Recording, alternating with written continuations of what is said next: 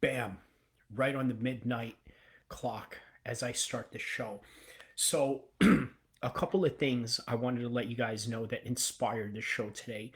Number one, as you know, Dana White always comes out with announcements, whether it be in his Instagram or one of the UFC pages or however means he wants to do it. Maybe he does it at some platform of someone's podcast or someone's sports talk show.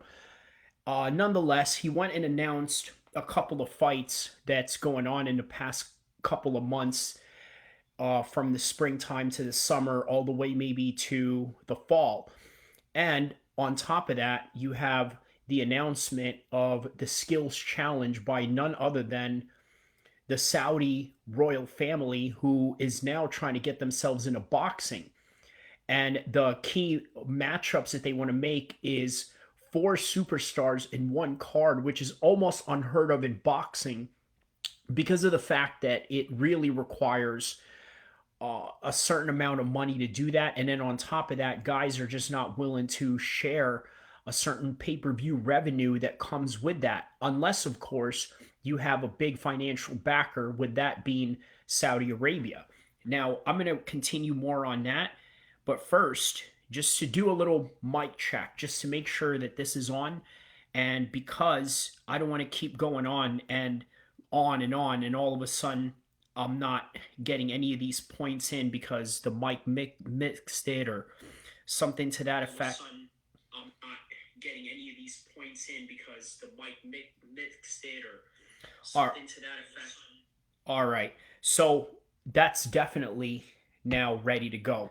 So now, with that in mind, one of the things that inspired the show also was this interview with the boxing voice with none other than Amir Abdullah, who is one of the managers from Floyd Mayweather's gym, who was a former kickboxer turned boxing manager, and notably the boxing manager of none other than Badu Jack. So he comes on to Boxing Voice. And by the way, check out some few episodes of the Boxing Voice. I made a feature in there. I went and basically promoted the show, talked about a few points in boxing.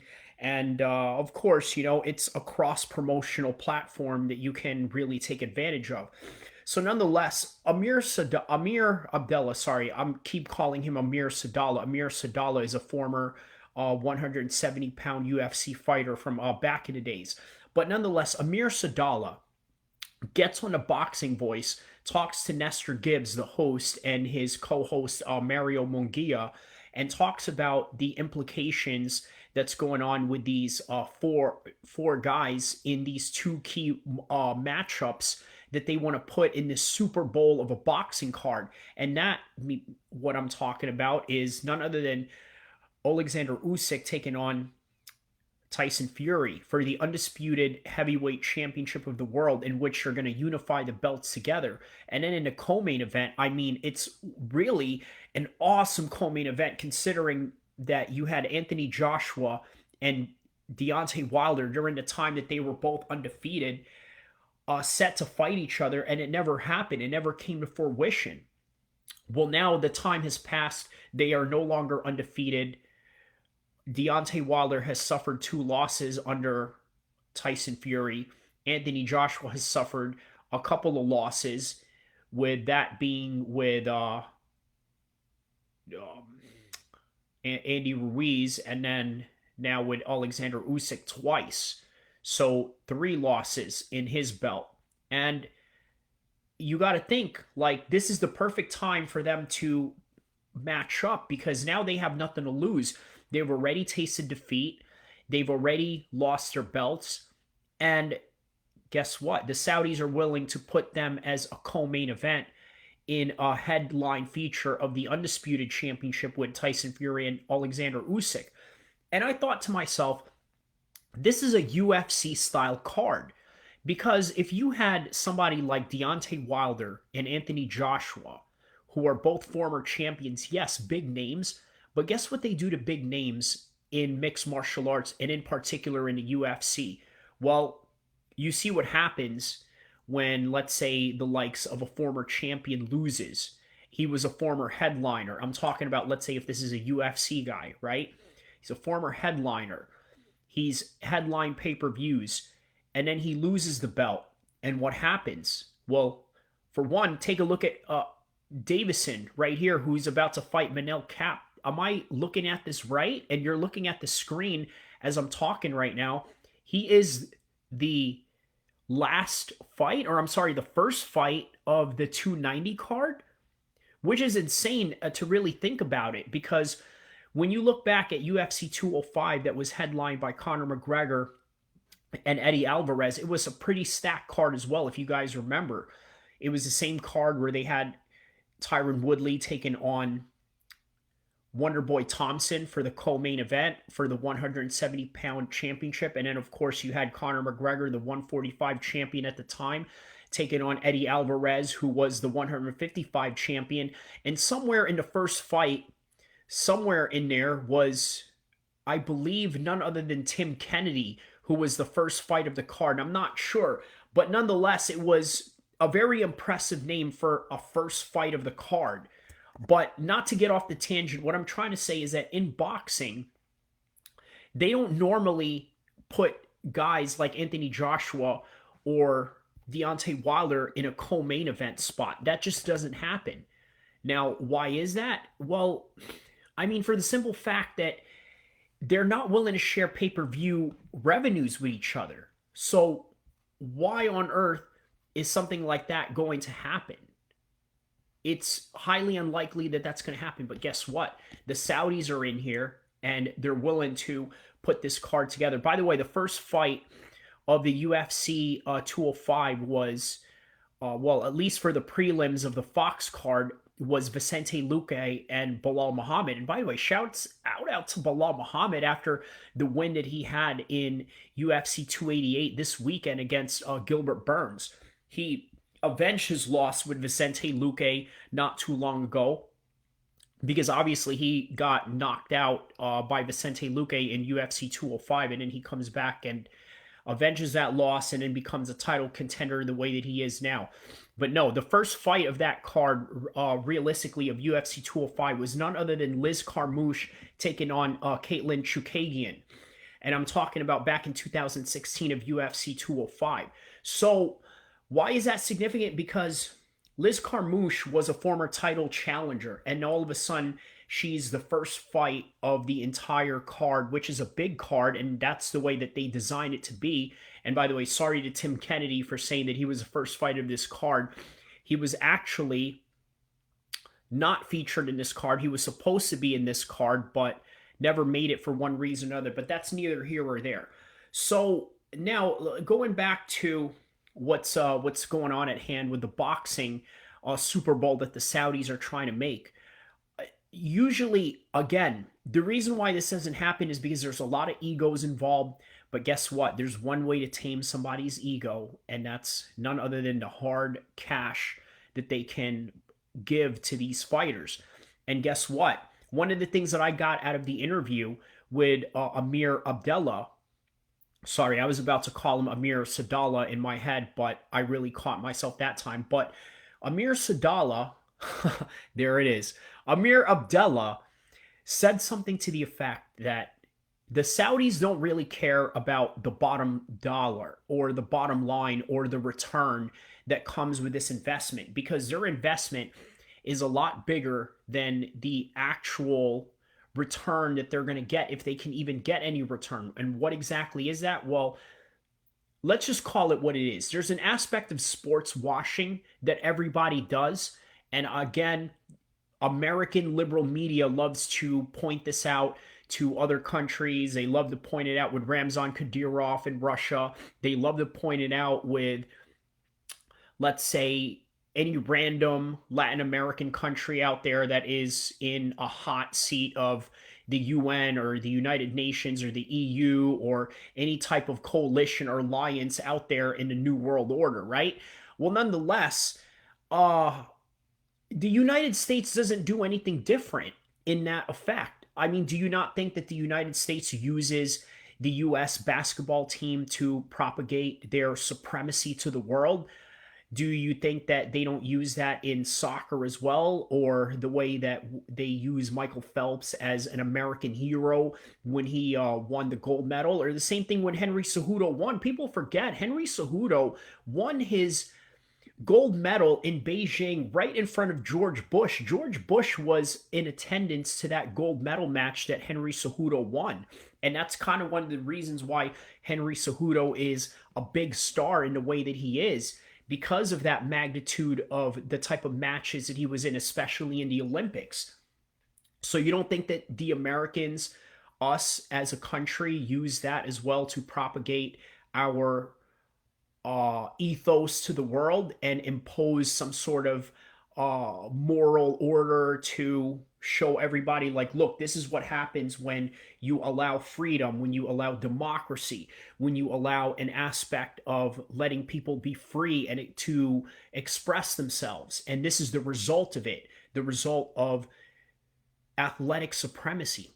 Well, the reality is that Saudi Arabia isn't really doing anything different than that. Now, you can come up with maniacal uh, conclusions as to why they're doing this. You can say all the other things that they've done, whether it would be with Yemen, or whether it would be with Khashoggi, or whether it would be with all these other aspects of the crimes that people perceive them to have committed in the past, present, and maybe even the future. Yes, maybe they're using that as a way to say, hey, you know what? We're going to clean up this image of ours and use boxing to do so. And that is going to be the big long term investment. Because in reality, if you're putting a card with Alexander Usyk and Tyson Fury, and then Deontay Wilder taking on Anthony Joshua, by the way, a fight that people have wanted to see for such a long time, guess what? You're going to find out whether this is going to work or not. It's almost like an experiment, because we don't know if it's going to be a pay-per-view success. Now, in recent times, the numbers just came out for the Ryan Garcia and the Tank Davis fight. It came out to something of 800,000 buys, at least within the United States. That doesn't account for the big boxing fans around the world, which includes the UK, which includes Australia, which includes the Middle East. It doesn't account for that. So we're talking about in the millions. But if we're talking just within the United States, that's the official numbers that came out, 800,000. Now, not really that big, or maybe big, or maybe just average it within a regular UFC pay-per-view with a headline of an upcoming champion or an unknown champion or maybe an unpopular champion of some sort. But the reality is that this is an experiment that you're doing. You don't know if this is going to do. I'm talking about the Alexander Usyk and Tyson Fury fight, along with the co-headline of Deontay Wilder and Anthony Joshua. You don't know if this is going to be $800,000 buys, or a million buys, or maybe 2.5 million buys. Maybe it can beat Pacquiao and Floyd Mayweather's record. Maybe it can beat the Maymac with McGregor and Mayweather's record. Maybe it can beat all the other records that involve, let's say, Oscar De La Hoya and Floyd Mayweather, and then all the other Oscar De La Hoya fights, and then all the other Manny Pacquiao fights. Maybe it can beat that. Maybe this is the formula to experiment with boxing. Maybe this is what the boxing world needs: a good headliner with two big names, and perhaps maybe a tournament style that can later be matched up in the future. Maybe, let's say, if Wilder beats Joshua, or if Joshua beats Wilder, maybe they could face the winner of some sort. And then there's no guarantee with Usyk or Tyson Fury, one or the other winning. So you have a 50-50 fight in your hands, right? So are you going to see a rematch with Anthony Joshua and Alexander Usyk? Or maybe you're going to finally see Tyson Fury taking on Anthony Joshua after Anthony Joshua earned it by knocking out Deontay Wilder, and then in turn taking out a guy that Anthony Joshua just has no business being in there with, and a guy that's always going to have his number, which is Alexander Usyk. And then now he finally gets a chance at the undisputed, taking on Tyson Fury. These are all the different matchups that can go on. And then for all you know, Deontay Wilder might just knock out Anthony Joshua to a whole nother dimension. And then we're going to see a fourth fight between Deontay Wilder and Tyson Fury. And this time with Deontay Wilder actually earning it. And it's not that implausible to see that maybe Deontay Wilder can win for the fourth time, because let's not forget that he's knocked Tyson Fury on his butt a couple of times. But one can argue that is a different Tyson Fury. And then you got to wonder what kind of Tyson Fury is going to show up against a Deontay Wilder after beating Alexander Usyk. What kind of party is Tyson Fury going to have going on after he knocks out somebody like Alexander Usyk or beats him? Is he going to have this extravagant party where he just messes himself up in the way that he did after the Klitschko fight? Or is he really going to go in there disciplined and continue to maintain this good progress that he's had going on? You just don't know. So these are all the present realities that you're going to have to deal with. And then here's another thing that's not a guaranteed. You don't know if this is going to be a big pay-per-view hit. However, from what I gather in that Amir interview in the Boxing Voice, he just doesn't care.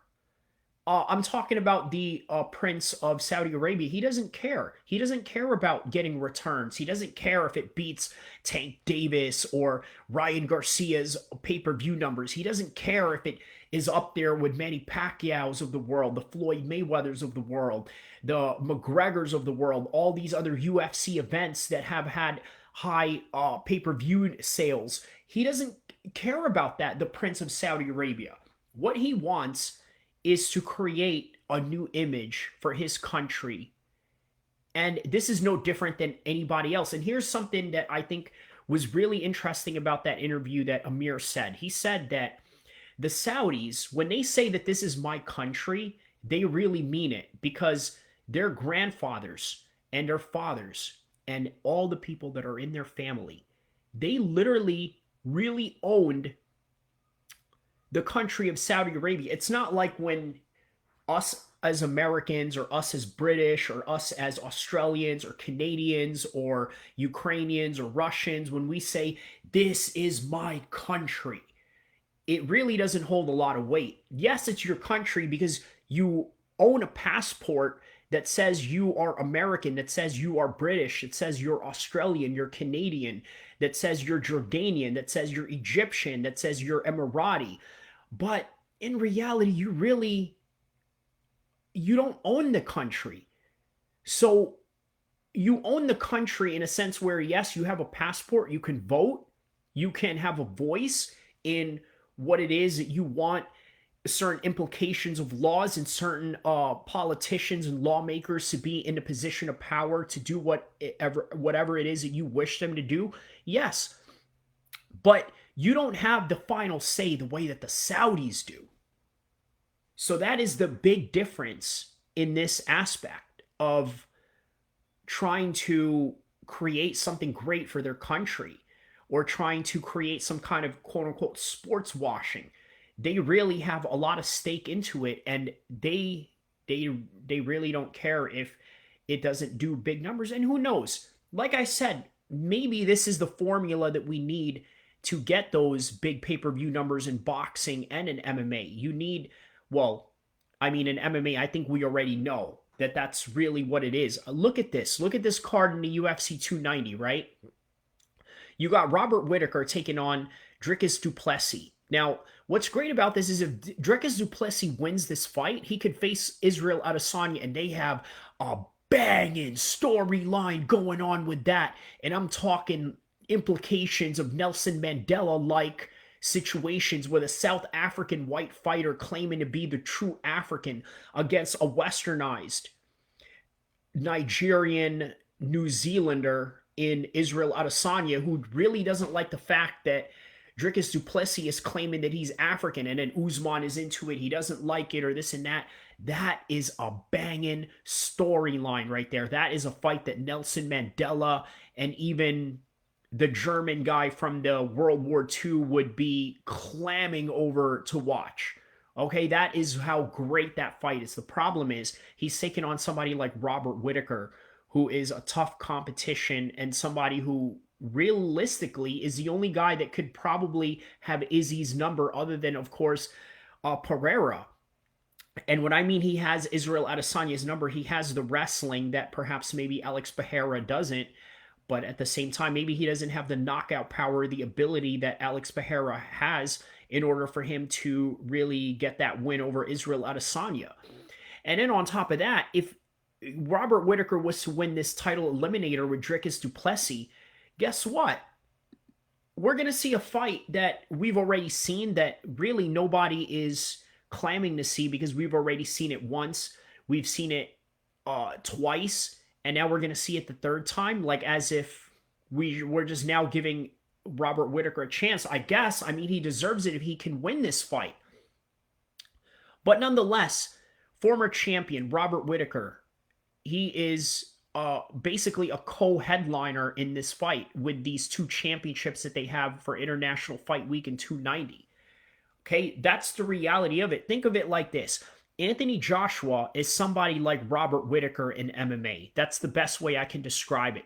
The problem is Anthony Joshua has a big contract to where he has a big name, a big marquee in his promotion, in his marketing, in his PR team, in his iconic image that he has presented to the world. And then he's going to be reduced as a co-main event?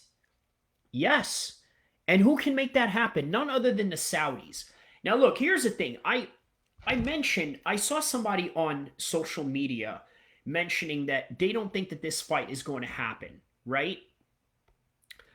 I kind of agree in a way, because here's the thing. If these guys are going to say that they're not going to fight each other after all these offers by the Saudis and all these different incentives that they can give to these fighters. I mean, look, there's an aspect of cowardice that we really have to call on as fans if they're not going to be able to fulfill these fights, right? I mean, that's really just the best way you can, point out to it.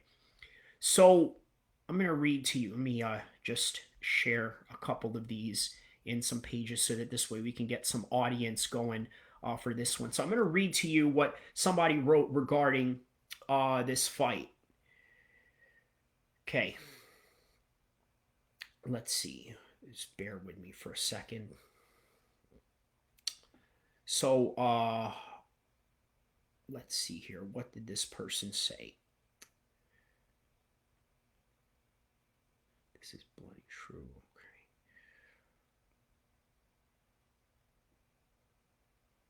Hold on just a second here.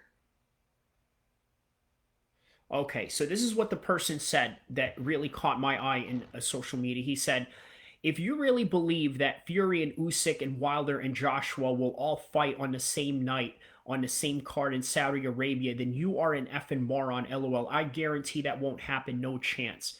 Yeah, that's a reality. That might not happen. And this is what I said to this person, right? I said, okay, it sounds like a good idea, but think about this. The Saudis are fans, just like us, but richer and could afford to actually pull this off. Now, with that said, if not the Saudis, then who else can pull this off? Lou DiBella, Eddie Hearn, perhaps. And by the way, there's a reason why I put Eddie Hearn on this picture, because if there is somebody that deserves to be put on this picture other than the Saudis, let's just put Eddie Hearn in that, because he's put a lot of fighters in fights that I guess was really detrimental to a lot of his fighters. And I'm going to go on that a little bit. And I go on to say, is it Bob Arum that can pull this off? Who else? The boxer, the Jewish guy that promotes from New York. The funders are there, which are the Saudis. And the Saudis are more than generous. And it benefits their government propaganda in terms of the term what I call sports washing. I think everybody knows this term now, as I've mentioned it several times, which means if these fights don't happen, it will only be based on the fighter's cowardice. Now, when the Saudis announced that they want to promote boxing under the skills challenge promotion, I knew this would be an era where the cowards within the fighters will be exposed. Now, here's the thing you guys got to understand. What is the biggest complaint among many fighters? Why deals don't get done? Is it because of the split of the purses? Now the Saudis said, cool, we'll double everyone's pay. Now, if you say no as Deontay Wilder, you say no as Anthony Joshua, if you say no as Alexander Usyk, and if you say no as Tyson Fury, okay, and by the way, Tyson Fury was offered a 30-70 split from Usyk, who was willing to take the 30% portion of the whole thing, and he still said no. Okay, what does that say about them? Because you got to think, why is it that these guys lace up the gloves for money and fame, perhaps? If you say no to the Saudis, what does that say about you as a so-called fighting man? Right? That's really what it is here. And then somebody said on the comments, yeah, you've got a good point there, bruv. Any promoter anywhere else in the world would have a limited pot, which everyone has to make money from. With the Saudis, they don't give a flying F about making profit from the fights. If they want it, they will just keep throwing money at it until everyone says yes. Yup. That's definitely correct from Tony Crane. He definitely hit that one on the nail. So here's the thing about Eddie Hearn, right? And the reason why I put him on the picture above everyone else, because obviously he doesn't have the money the way that the Saudis do, right? Does he have money? Yes, but let's be real. He has money in a sense where he wants to make more money, meaning that he's not going to do fights that are not within the proper investments of anything that's going to give him a positive return. Okay? That's the reality of it. But you got to think, Eddie Hearn has put a lot of his fighters in jeopardized positions of losing and to the detriment of many people's criticism. That's something that a lot of people don't take into consideration. You guys remember the first Anthony Joshua Andy Ruiz fight in New York? Do you guys remember what Anthony Joshua's dad did to Eddie Hearn? He tried to snuff Eddie Hearn in New York. Now, why did he do that? Because he said to himself, here's Eddie Hearn, a guy who's supposed to be protecting my son. And once again, here's something you got to understand about everybody in the boxing business. They all have main character syndrome, meaning that they believe in their heart that they are the main character of the story and that they should not be touched and they should not even face a loss or even go out there and take on tough challengers that can probably present that loss to them. That's the reality of most boxers in the boxing business. It is a main character syndrome driven business. There's nothing more to it than that. But Eddie Hearn, on the other hand, you got to take into consideration he admires Dana White. He loves Dana White in terms of the way that he promotes, in terms of the way that he's able to get the top fighters to fight each other. Eddie Hearn admires Dana White. And every time Dana White is in Las Vegas, Eddie Hearn is always invited into PI UFC Center in Las Vegas. He's been there for the Billy Joe Saunders and the Canelo fight. They had Billy Joe Saunders, when he was promoted under Eddie Hearn, to basically go out and stay and train at the PI Center to get ready for Canelo. All in the name of Eddie Hearn being friends with Dana White.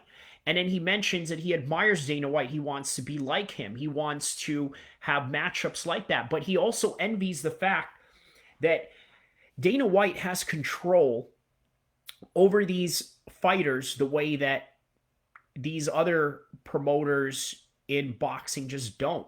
Because what is the number one complaint in boxing? Nobody wants to fight anybody because they don't want to take a risk. But now here comes the Saudis that want to make it worthwhile. But Eddie Hearn, on the other hand, he's always been making 50-50 fights. Even in some of the undercard fights that I've seen, I can't mention these names off top because I'm not a hardcore boxing aficionado like that. I mean, I watch the sport. I'm a fan of the sport. I practice the sport as much as I practice MMA. But I don't know the names the way that I could pull the prelims for you in the UFC. And maybe that's by design. I think the UFC has designed their business to where you can name the undercard fighters. Just like with Brady taking on Jack Della Maddalena, right? You have Brady coming off of the loss from Bilal Muhammad. He comes back and jumps on a horse, takes on a tough competition in Jack Della Maddalena.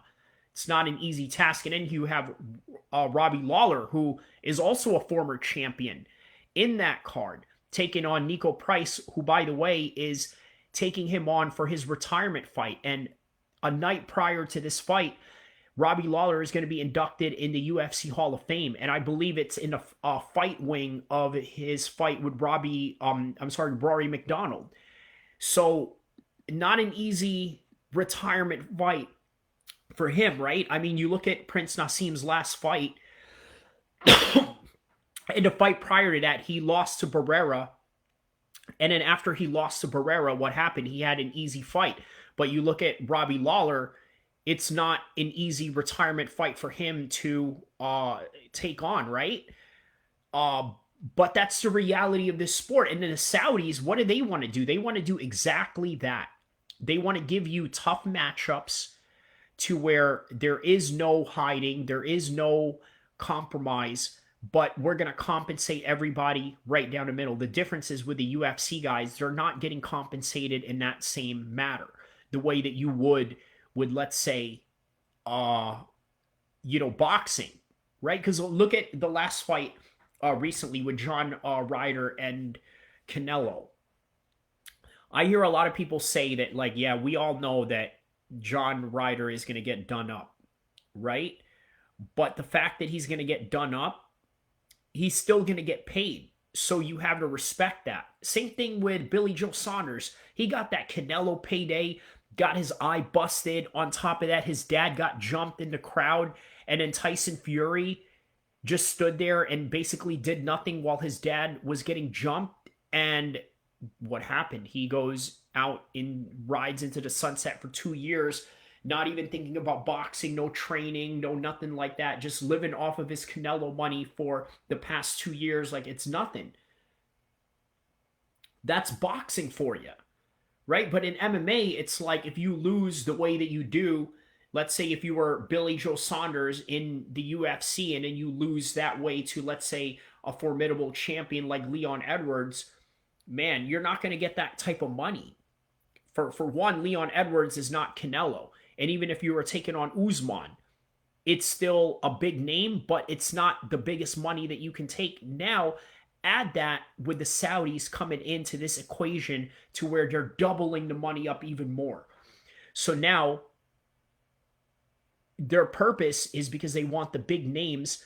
And not only they want the big names, they want everybody to remember that when we brought these big names together, when we brought this Super Bowl card of an event with Alexander Usyk and Tyson Fury, and then Deontay Wilder taking on Anthony Joshua finally after years of struggle that they've been trying to make with these fights together when they were undefeated, now we can finally put them together in this situation. Right? And you're going to remember the Saudis. You're going to remember their country. You're going to remember that they were the guys to do it. And you're going to remember that they did it all in the name of boxing. It's sort of like playing a video game to the Saudis, right? You can put on create an event mode that they have in the UFC. I don't think they have that so much in boxing games, or maybe they do in the new Undisputed game. I haven't played it yet to really know. But if you play the UFC game, you can create your own event. You can name it whatever you want to name it, UFC something. You don't have to name it UFC, but obviously you could do it in in different stages and different venues that they have, whether it's a UFC venue or whether it's Jorge Masvidal's backyard venue or whether it's Israel Adesanya's Thailand venue or one of those regional events such as WFA or those local events that they have in that Chicago arena that they have in the UFC Undisputed game. Yeah, you could create your own event.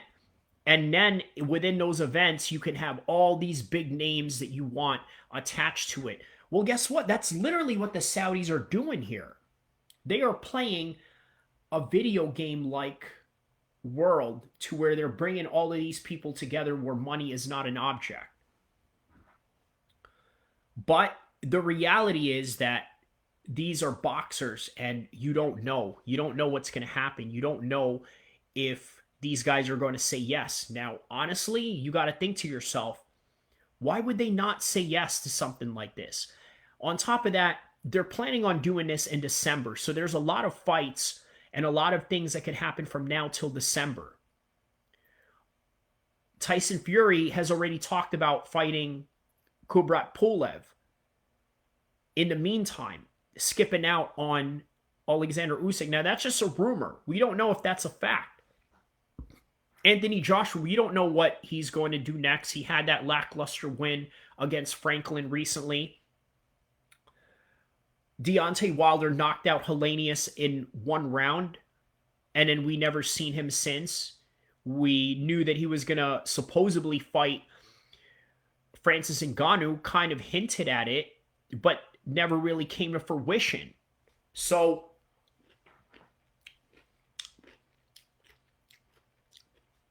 we don't know. Excuse me. We don't know if this is a guarantee or excuse me.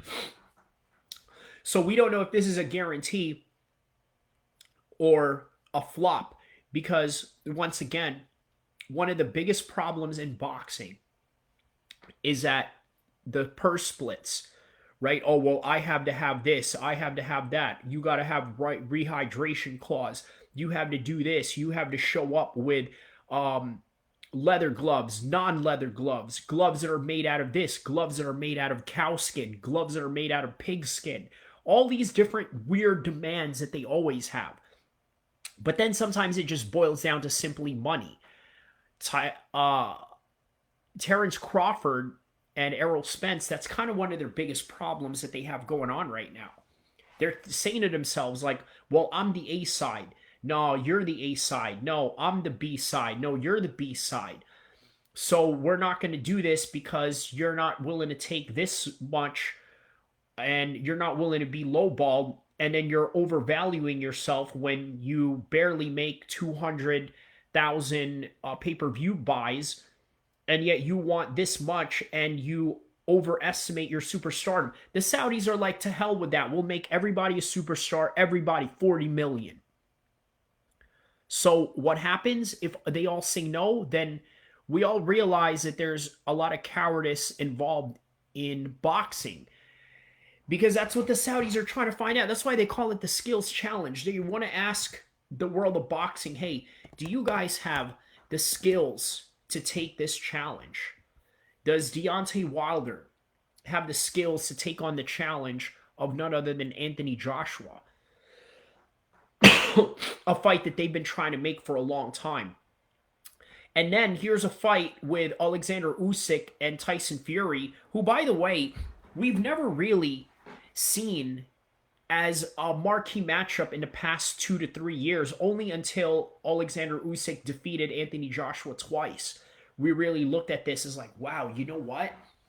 Maybe we need to start looking at Anthony Joshua fighting someone else while we throw Alexander Usyk and Tyson Fury up there to fight for the lineal championship. Because realistically, here's a little story about Anthony Joshua and how he got his belts. A lot of the boxing people that I know in the United Kingdom, they're very skeptical about how Anthony Joshua won his gold medal. Well, for one, it was held in London in 2012, not the way that Henry Cejudo won his wrestling gold medal in Beijing, in front of George Bush, mind you, yes, but in the territory of China, where I guess you could say they could be fair, or there's really nothing to it in terms of screwing anybody over, unlike what happened with Roy Jones in the Olympics in the 80s. But that's neither here or there. Anthony Joshua had home court advantage. He wasn't Henry Cejudo in China. He wasn't Roy Jones Jr. in South Korea. He wasn't Kamaru Usman taking on Leon Edwards in London. He was none other than Anthony Joshua taking on the world in his home backyard of London in 2012. And a lot of people were saying that, like, I didn't really watch all of his Actually, I did. Only the highlights of it. I watched all of his Olympic fights within highlights, right? But a couple of things that I had noticed in that. He got hit a lot. He got tested.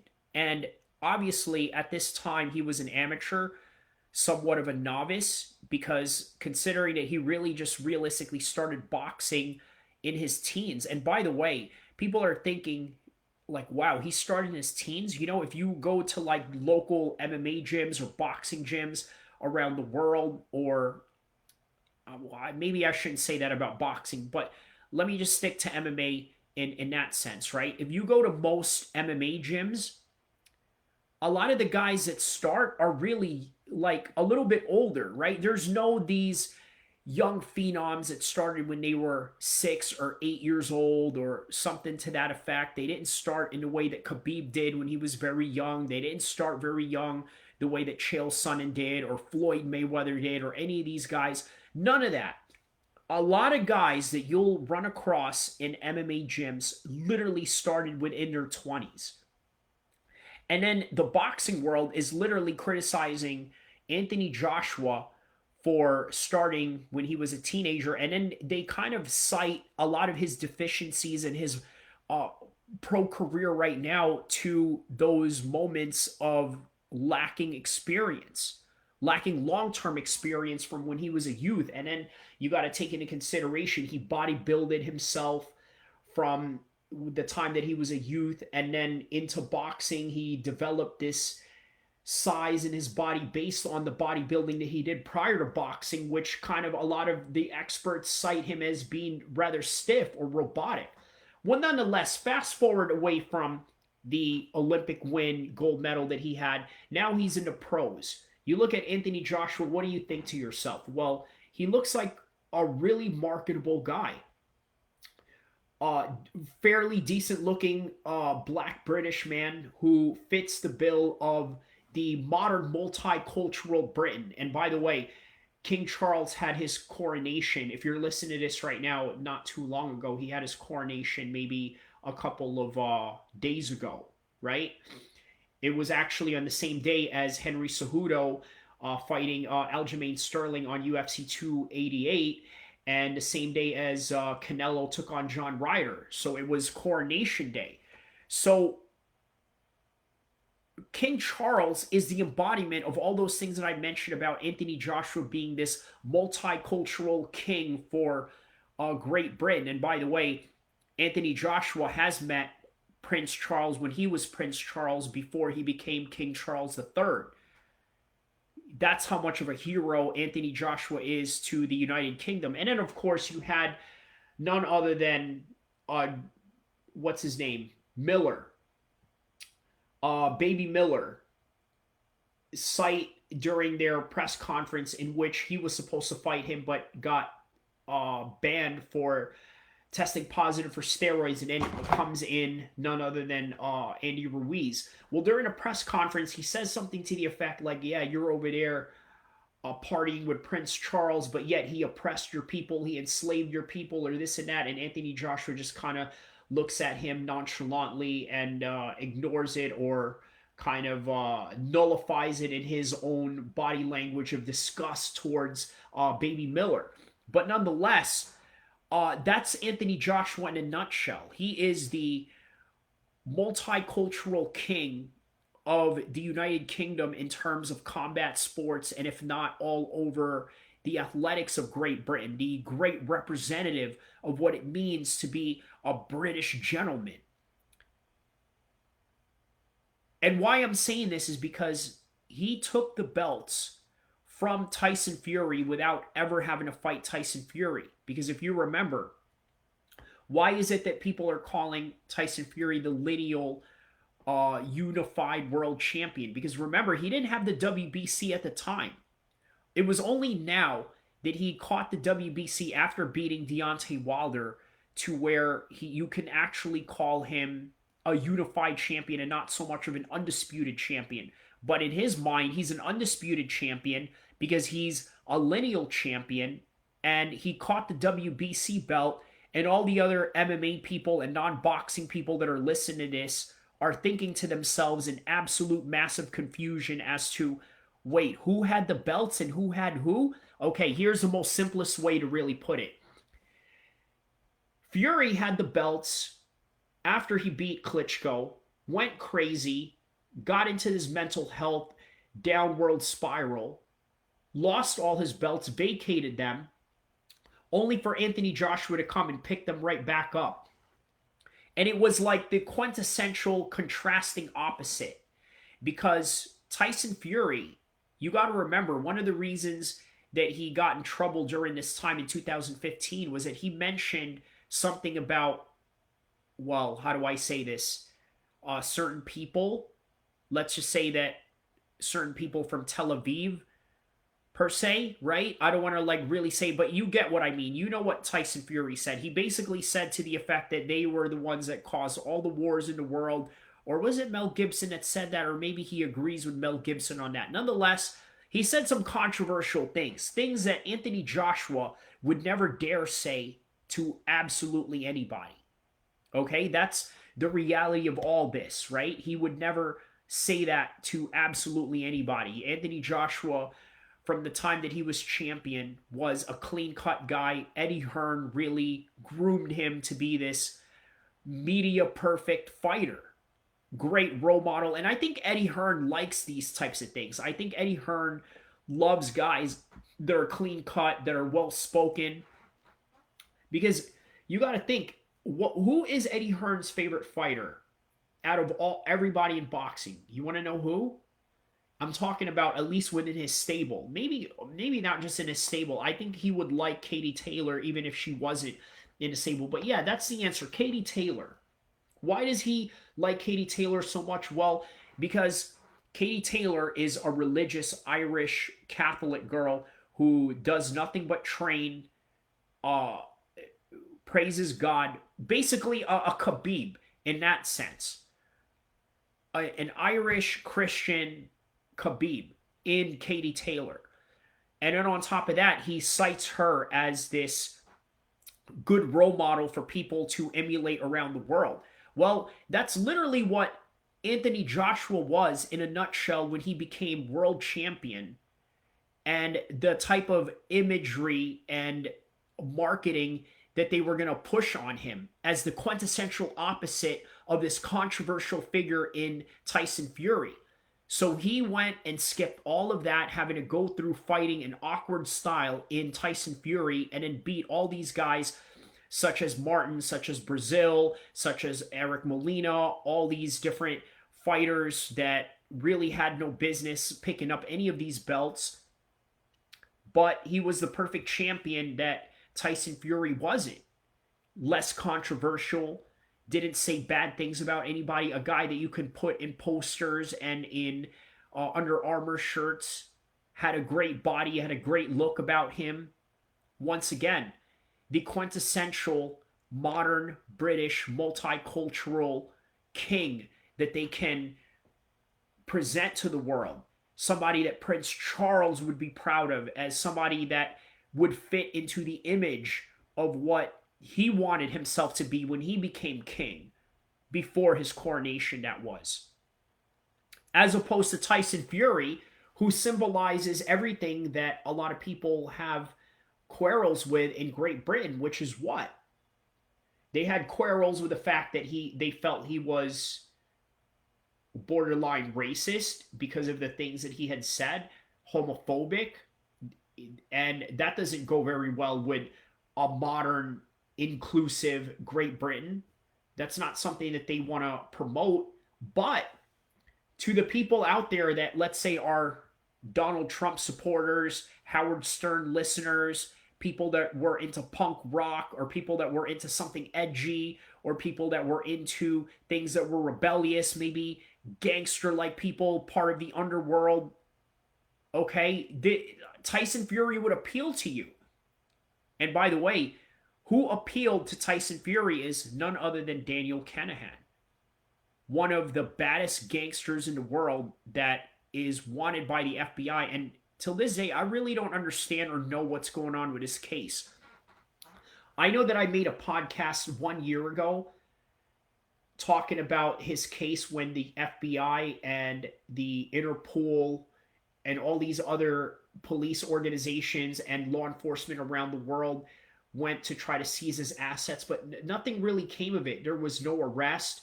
We don't know where he is. Maybe he's operating under the shadows and still, uh, funding boxing from one way or another, right? Because we don't really know what's going on with Daniel Kinahan in that sense.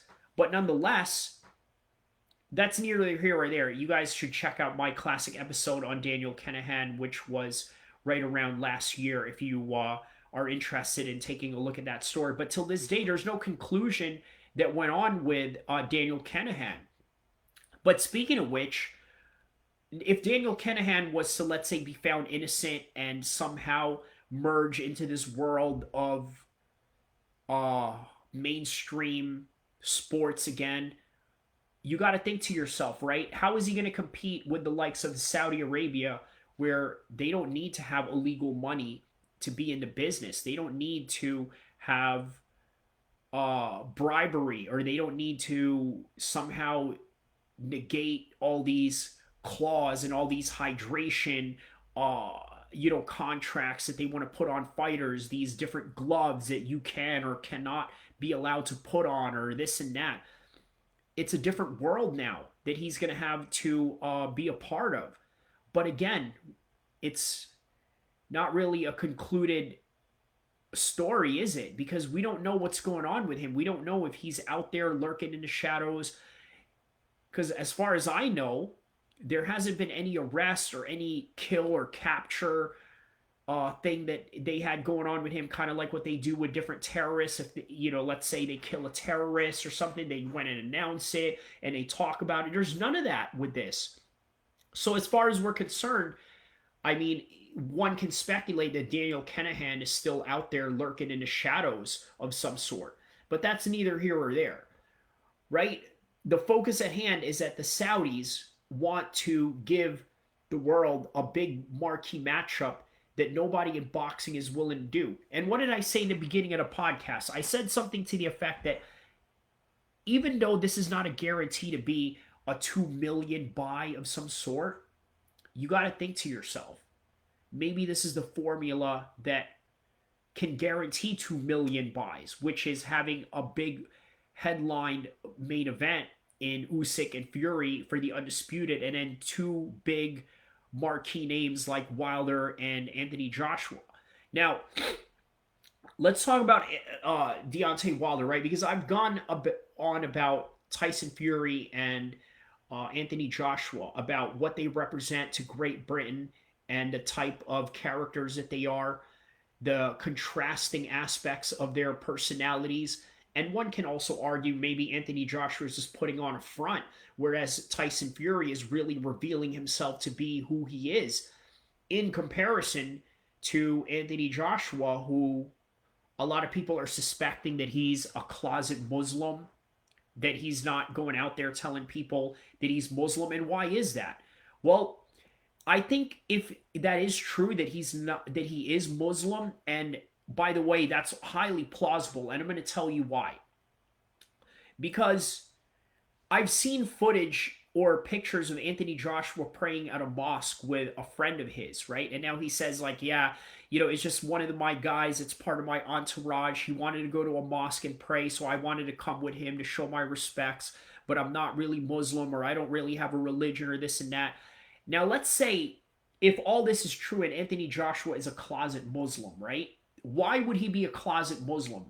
Well, I remember Ricky Martin back in the late 90s, he mentioned something to the effect of, well, I don't really want to tell people which way I lean, because I would rather have people of different inclusive backgrounds fantasize about me in any way that they want, right? Whether you're straight or whether you roll the other way or this and that. He didn't want to really reveal which way he went, because he wanted people to look at him as this inclusive figure. Well, if Anthony Joshua is a so-called closet Muslim, maybe that's the reason why he doesn't want to let people know, because he doesn't want to come across as like, yeah, I'm a Muslim fighter. I represent all the Muslims or this and that. Maybe it's a private matter for him. But again, I don't know. That's only speculation. That is a take that I'm willing to say. But again, I'm also willing to say maybe I'm wrong or maybe I'm right. But we never know. Again, only speculations, right? Not a fact. I like stating facts, but at the same time, I also like giving entertaining speculations if there's any warrant plausibility behind it. So that's the reason for that. So yeah, that's the interesting aspect of Anthony Joshua. With Deontay Wilder, he coined a very famous phrase till this day. Till this day, a lot of people look at uh Deontay Wilder in the American boxing community as this savior for social justice, because when he came out with that promo that he did with none other than what's his name, Radio Raheem. You know, he said, "Hey, what do you mean, yo, people? Till this day," and it became this famous soundbite. So that's Deontay Wilder in a nutshell. He's basically, the best way to put it is the Colin Kaepernick of boxing.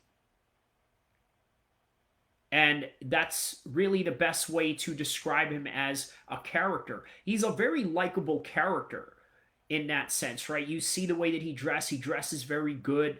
He's got this southern charm about him. The way that he speaks, he's very, like, I don't mean this in a demeaning way, but this is just how they speak in the southern parts of the United States, very slow, because everything down there is a little bit more slower paced in comparison to, let's say, the western side of America, which is here in California, i.e., Los Angeles, the Bay Area, Sacramento, and out in the East Coast, where it's even more hyper fast paced, right? New York, New Jersey, Jersey City, Baltimore, Philadelphia, Washington, D.C. Everything is just at a higher pace. You got to talk in a fast pace. You got to let people know what it is, the ideas that you want to implement, what the message that you want to convey. You got to let them know right away. You can see it even in the punchlines of the rap music that they do in comparison to the South. They just do everything in high cadence, in a slower fashion, in a repetitive fashion. That's what you kind of notice with their raps when they go like, yeah, whoop that trick, whoop that trick. It's just constant repetitive motion. Whereas in the East Coast, it's very witty. The punchlines that they throw, the similes, the comparisons that they make, the wittiness in the way that they approach their rap music, right?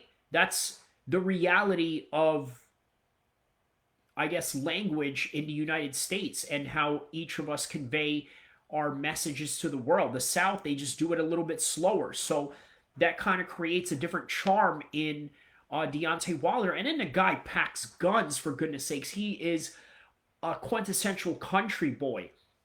But it didn't do him any good because obviously he got into that little case that he did in Los Angeles, to where he got caught with guns and a little bit of some marijuana or whatever it was that he had going on. But nonetheless, I mean, that's Deontay Wilder in a nutshell for you. You know, a good old Southern boy that loves to tote guns, that loves to talk very slow and methodical and very charming.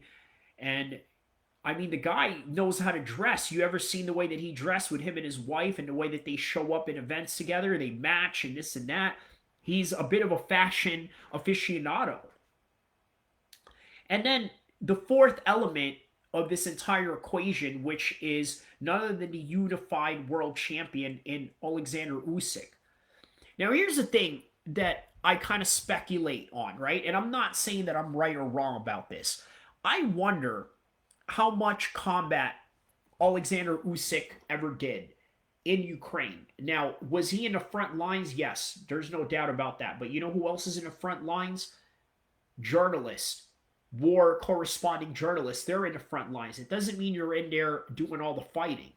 Because if you're as famous as, let's say, Alexander Usyk, you got to think to yourself, well, how much fighting are you doing and how much fighting are they allowing you to do? I mean, like, is it wrong to speculate this? Because a lot of people just like to take the narrative of, well, he's fighting for Ukraine, he is good guy, he is with Zelensky, this and that. Yes, you know, like, it's just easy to take that narrative, but I mean, nobody really questions whether he's fighting these wars because he's kind of an important person, right? Like, who in the Russian side is seeing Alexander Usyk shoot at them downrange? Who is doing that? And here's another thing too. I kind of made these funny speculations of what would happen if, let's say, Alexander Usyk was to get captured by the Russians, right? You imagine all the faces that he would be making while they're trying to waterboard him, right? He would be waterboarded, and then he would just look at them with that beady-eyed, scary look in his face, with his gap tooth, looking at the Russians. It's like, yes, I want more. I want more. I want you to waterboard me. This is nothing to me. And then all of a sudden they would have to just throw him out naked out into the woods with nothing on because they just can't torture him, get any information out of him, and then they creep him out with the way that he looks at you. I mean, make no mistake, Alexander Usyk is a scary looking dude, and he's one of the baddest human beings in the world, obviously, because he can box his head off. And on top of that, he is one of the best boxers in the world and is very athletic and has one of the best footwork in boxing, maybe even better than Tyson Fury, which is probably the reason why Tyson Fury doesn't want to get in there. But nonetheless, you got to speculate that maybe this guy is not out there fighting the way that, let's say, the Ukrainian propaganda is letting on, right? I mean, that's a fair assumption to make. Now, here's the thing. Another fair thing to objectively say is I could be wrong. Maybe he really is out there doing some straight Rambo Navy SEAL stuff where he's killing 10 Russians at one time, where he's shooting with like two, machine guns at the same time. Like those, machine guns with like, box rounds in them or something like that. Maybe he's out there doing that, but who knows? Who knows? Or maybe he's out there with his M4s or I'm sorry, they probably use AK-47s just like the Russians, or the Alpha HK or something to that effect, doing house raids, doing close quarter combats for all we know.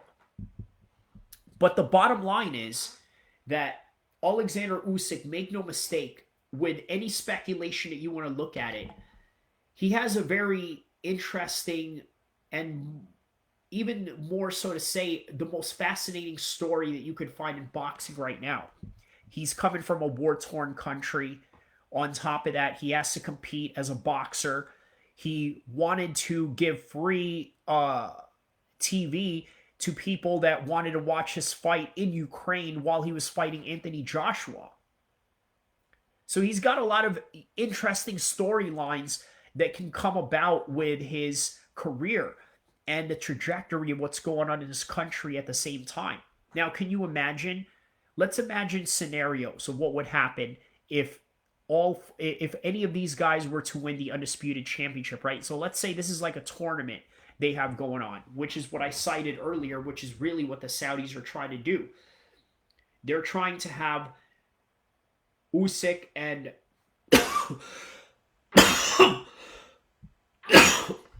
they're trying to have Usyk and Tyson Fury as the headline, and in the co-main, Wilder and Anthony Joshua. Okay, so that's what we have going on, right?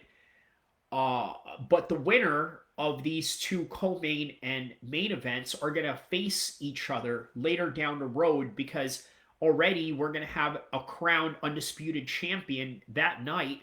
And then after any of these guys win in the co-main event, they are basically fighting for a title eliminator for an undisputed championship. Because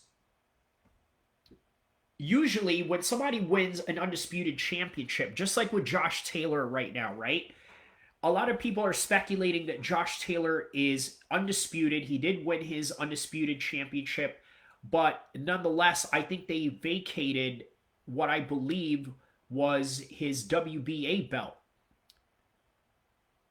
Now that's really strange, right? Because now the guy is undisputed, and now they're going to take one belt away. Because why? Because maybe he didn't want to take the mandatory that, let's say, the WBA wanted him to take. Okay, there's some plausible reality to that. But here's the thing.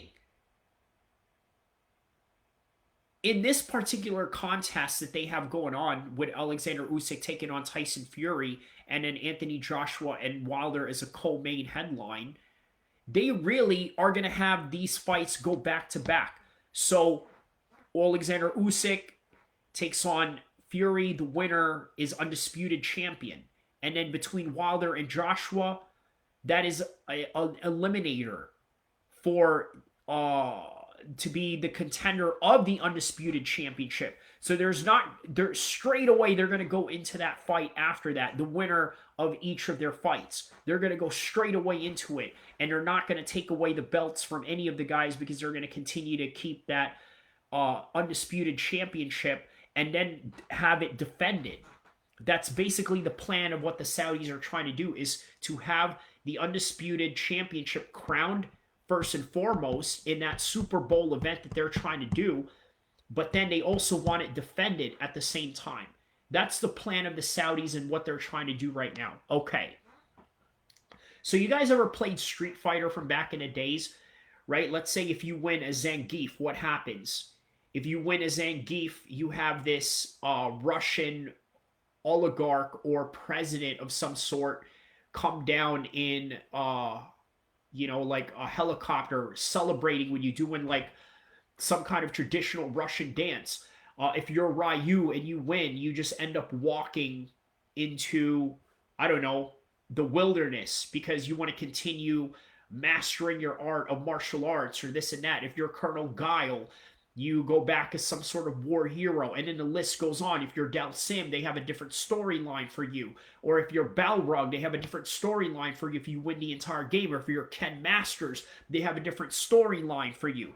Vega, they have a different storyline for you. Oh, I am the most handsome man in the world. And then Blanca, they have a different storyline for you. Maybe after you became this experiment of a beast in the jungles of Brazil, then they turn you back into a normal person.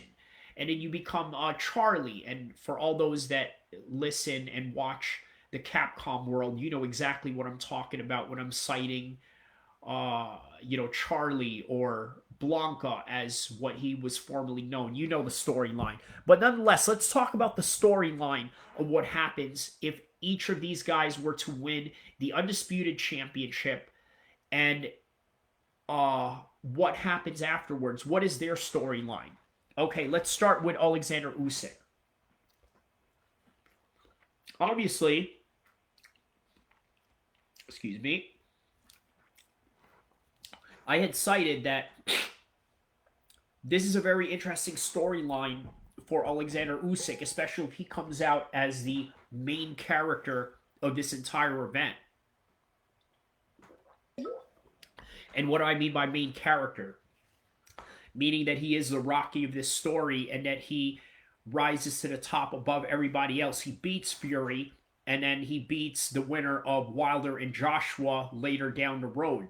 Let's say maybe Wilder. Okay, let's make it interesting, because if Usyk was going to win this whole thing, you don't want to see him fight Anthony Joshua again. It's just not that compelling. Now, you got a Wilder who knocked out Anthony Joshua. Yes, that's very compelling, because you know what? Can he do it to Alexander Usyk? Perhaps. Or maybe he can't. But that's the compelling storyline behind it. So, once again, the storyline of their winning ways, right? And their winning storyline of their Street Fighter endgame story that I've mentioned, right? Alexander Usyk defeats Tyson Fury, and then he goes on to fight, let's say, Deontay Wilder to make it interesting. Great.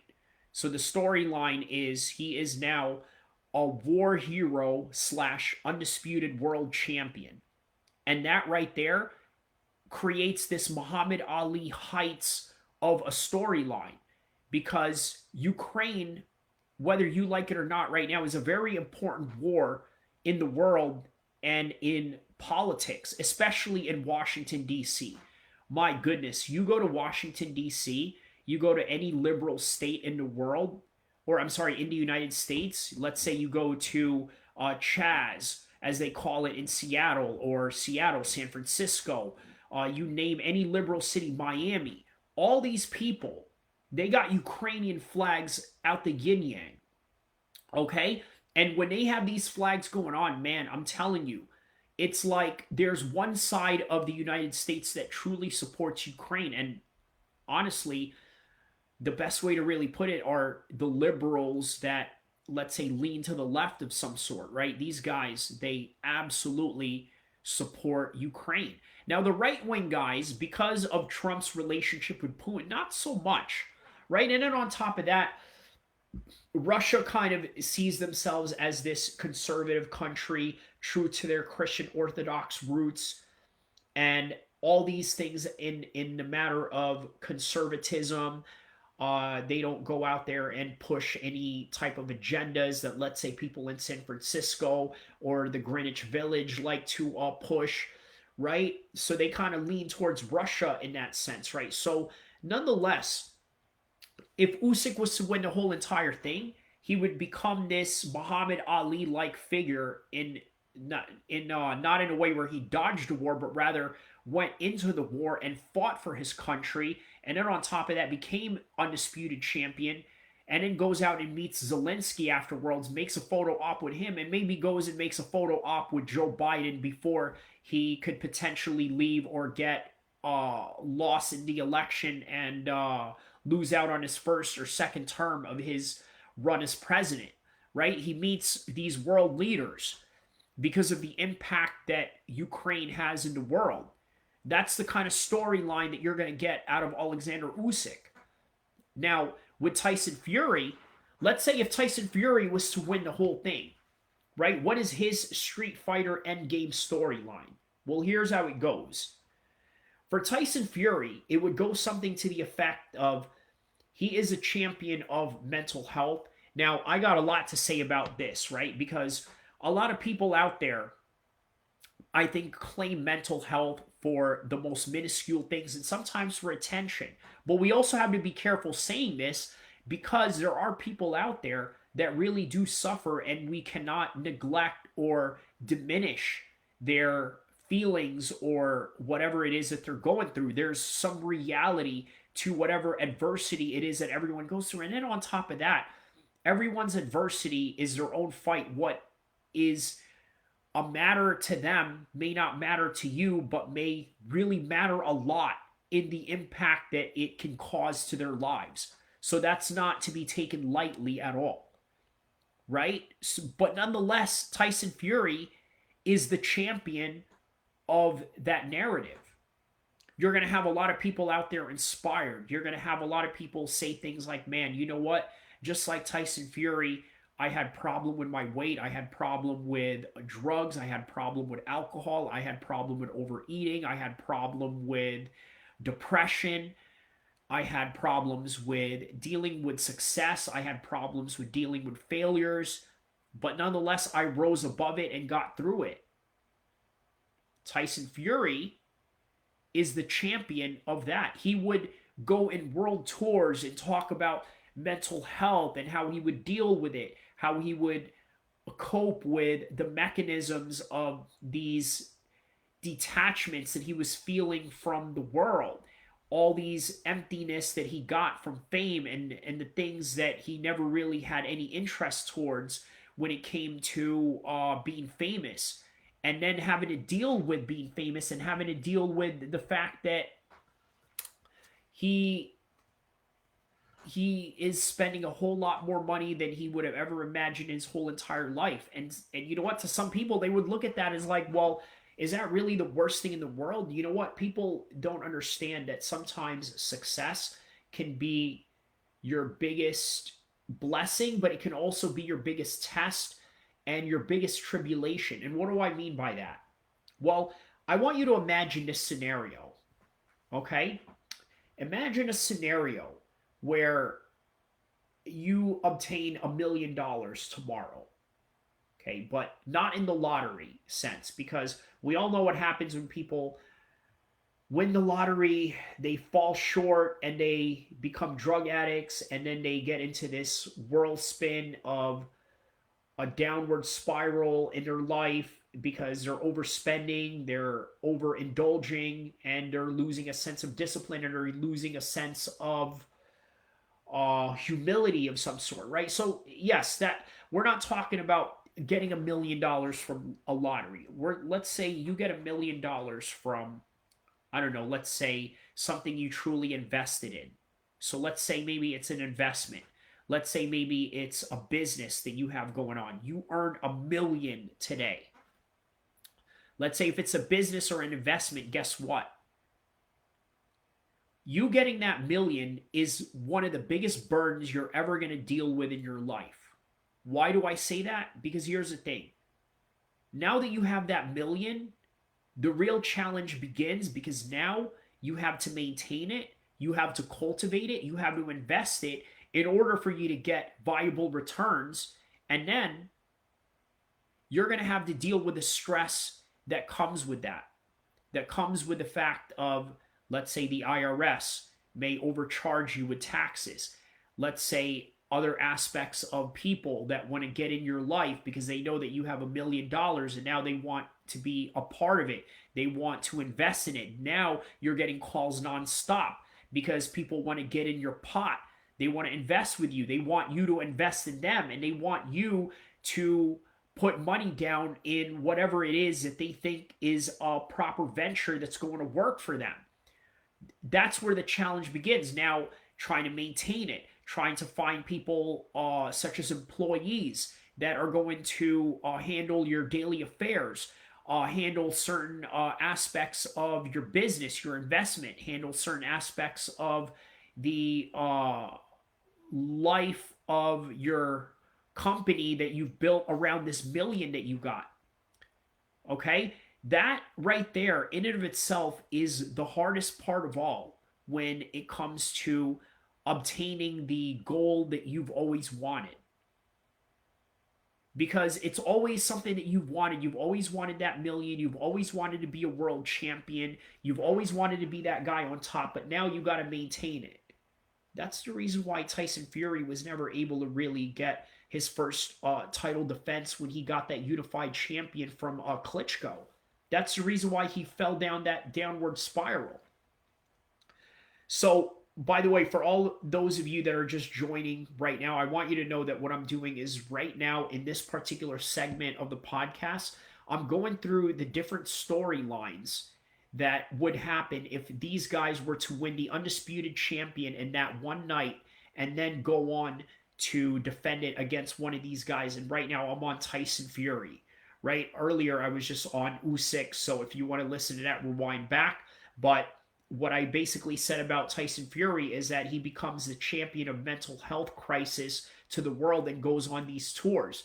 And what I said about Alexander Usyk was that he is a symbol of Ukrainian struggle in the current war conflict with Russia in the current moment of time in its modern history, right? And he becomes like some kind of iconic symbol to that.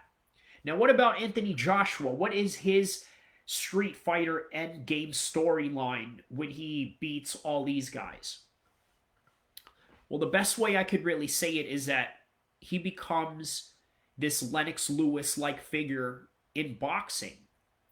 And weirdly enough, he's had a lot of beef with Lennox Lewis over the years, to where he says something to the effect of, you know what? Lennox is just this guy that is a hater because he doesn't really give me any credit or this and that. Well, all along, Anthony Joshua became a Lennox Lewis. And how is that? How would he become the Lennox Lewis? Well, guess what? He got beat by Andy Ruiz, comes back and beats him. No matter how you want to look at it, a lot of people say that, oh, he was a runner, or oh, he ducked Andy Ruiz during the fight. He ducked the exchanges that could have hurt him, when all along in the first fight, that's really what he should have done. He avenges that loss, and then he already loses to Usyk twice. That means that if he, let's say he was going to, uh, let's say, take on Deontay Wilder, okay? And he beats Deontay Wilder, because again, this is the scenario where he has to go through this gauntlet between these four men, right? He beats Wilder, goes on to take on the undisputed champion, whether that's Usyk or whether that's Tyson Fury. Let's say, for entertainment's sake, it's Tyson Fury, because that's the entertaining conclusion, because we don't want to see him take on Usyk again. And within that storyline, let's say Tyson Fury really hurts Alexander Usyk. By the way, that's not implausible, okay? Because Tyson Fury is a 6'9" man. He's got a long reach. Can you imagine the jab length that he's going to hit Alexander Usyk with? You know what video game Tyson Fury was in before he was in the undisputed game in the new boxing game? He was in the UFC game. You can play as Tyson Fury in the current UFC 4 video game right now. If you were to be Tyson Fury in that game, let's say you throw a jab in that game, you could literally hit somebody from across the octagon in that game with absolute ease because of the insane level of reach that he has going on. Okay? So easy for him to hit that jab. Now, can you imagine what he does to a 6'2", 6'3" Alexander Usyk? It seems like absolute easy work for him to do something like that. So it's not that implausible for him to win. So, okay, he wins, and then Anthony Joshua wins, and then now we have a fantasy scenario of Tyson Fury taking on Anthony Joshua. What happens? Well, again, this is the storyline where, let's say if Anthony Joshua was to win this whole thing, right? Because I already did Usyk and what would happen. I already did Tyson Fury and what would happen. Now Anthony Joshua, he wins the whole thing, right? Because he has to beat Wilder to do that. Now he is the #1 contender for the undisputed champion, because now Tyson Fury, in this hypothetical scenario, is the undisputed champion. Now we have the British on British fight that we've always wanted. They both knocked off their opponent. Now they're finally fighting each other for the undisputed championship. It becomes the biggest fight in British history. Lo and behold, the upset of all. He beats Tyson Fury. Okay, and then what is his storyline? Well, he basically goes down as the boxer's boxer who beat all the guys that had beaten him. And you're probably thinking, well, how is that? He lost to Usyk twice. Ah, very good. Well, the reality is this. If he were to beat Deontay Wilder and then beat Tyson Fury for the undisputed championship, then he goes on and rematches Alexander Usyk, who was never the same after hypothetically getting KO'd by Tyson Fury and hurt really bad. Because you know, in most fighters, when they get knocked out or get hurt really badly prior to going into their next fight, they're never the same again. And then they get knocked out again and again and again. And then they go down that cycle after they get knocked out for the first or second time. So that is the scenario that you see if Anthony Joshua was to win the whole entire thing. And not only win the whole entire thing, circle back around only to go and fight Alexander Usyk and avenge his loss, and was able to avenge his loss because of how hurt, let's say, Tyson Fury put on Alexander Usyk. And once again, I said that Anthony Joshua would go down as the boxer's boxer of all time, because he finally becomes undisputed in a matter of which he knocks out his longtime rival that he never was able to fight, Wilder, and then fight his other rival, Tyson Fury, due to the circumstances of him beating Alexander Usyk, and then coming back and beating Alexander Usyk because he was never the same after the Tyson Fury fight, hypothetically speaking. Okay, so that's the storyline of Anthony Joshua. Now, what is the end storyline, Street Fighter storyline for, let's say, Deontay Wilder? Well, okay, Deontay Wilder wins. He becomes the face of social justice warrior BLM movement for America. Yes. Why would that not be a reality, considering that, like, when he screamed at Radio Raheem, till this day, what exactly do you think he meant by till this day? He was citing the aspect of what had happened in one of the darkest histories of America and Great Britain, which was slavery, right? The oppression that him and his people had felt. He becomes a champion for that, in the same way that he becomes let's say that Alexander Usyk, he becomes a champion for the Ukrainian people in their fight for freedom. Tyson Fury becomes a champion for mental health crisis. Anthony Joshua becomes the undisputed champion and the iconic symbol of another Lennox Lewis of this time, another George St. Pierre of this time, a guy who was able to beat all the guys that had beaten him and then come back and beating them again. So how would that happen? Okay, so obviously, in order for that to happen, Deontay Wilder has to beat Anthony Joshua in order to do that. And then after beating Anthony Joshua, he either takes on Alexander Usyk or takes on Tyson Fury. Okay, so what is the more entertaining scenario in that? We don't want to see Wilder take on Tyson Fury again. We don't want to see it. We've already seen it 3 times. Okay, the first one was sort of competitive. That's why it went to a draw.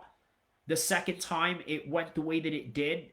And then the third time, it really gave us the final conclusion of who was the better man in terms of boxing, which was Tyson Fury. Okay, so in a hypothetical scenario, Alexander Usyk would have to win by points against Tyson Fury in order for that to happen.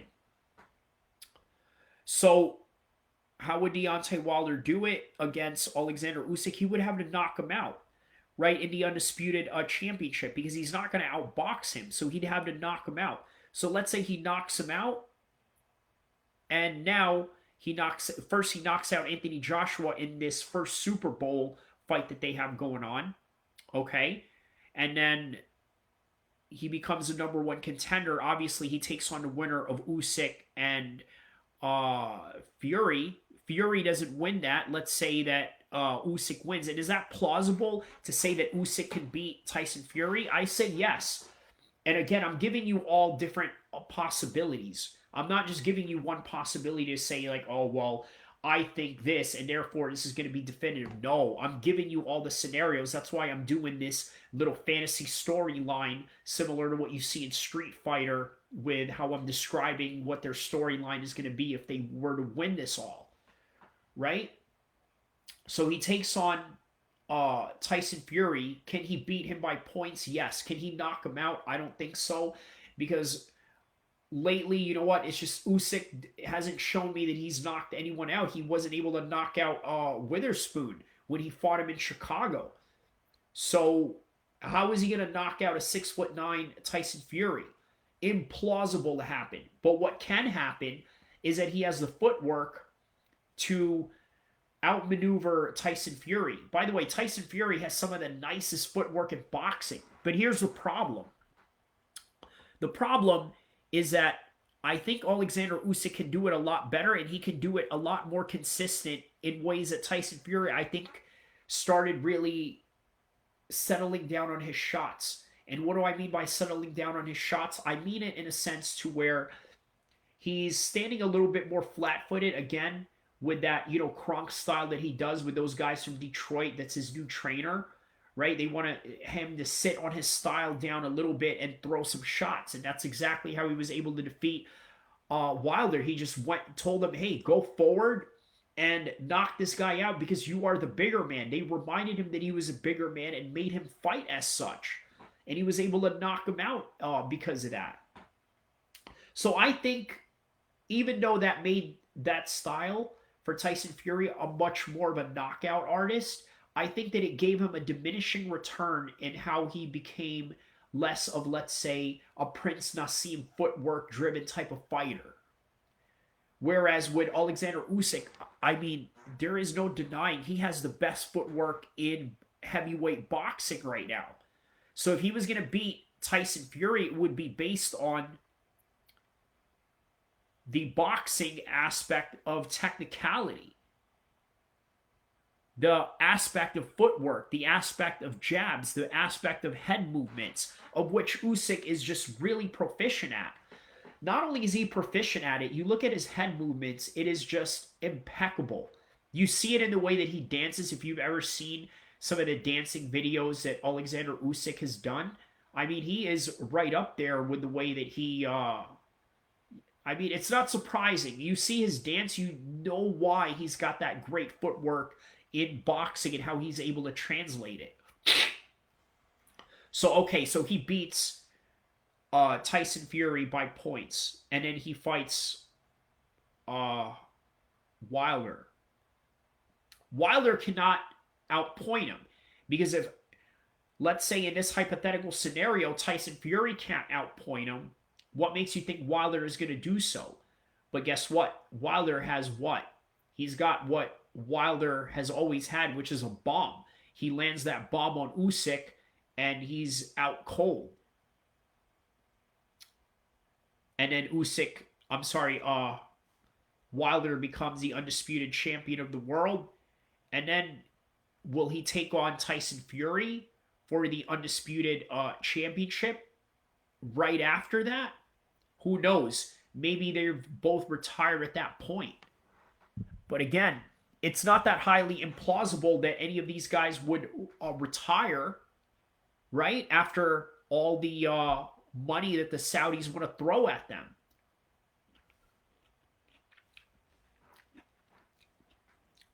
It's not that.